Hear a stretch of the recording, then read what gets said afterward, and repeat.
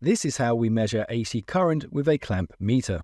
Notice these lines on the clamp meter jaws. Almost every meter has these. They indicate the center point. Try to keep the wire between these points for the most accurate reading. Select the current function on your clamp meter and check that the screen shows AC current. Make sure that the leads are removed and check the current and voltage limits stated on the clamp jaws. Keep your hands behind the barrier, squeeze the trigger to open the jaw and clamp around the wire. Do not clamp the wire between the tips. The current will then be displayed. The current should be roughly the same on both the hot and neutral wire, with ideally 0 amps on the ground wire. With AC, the clamp can face either direction. If we clamp this power cord, the meter will read 0. That's because the hot and neutral currents will cancel each other out. So we need to separate the wires and only clamp one at a time. A much easier and safer way is to use a line splitter.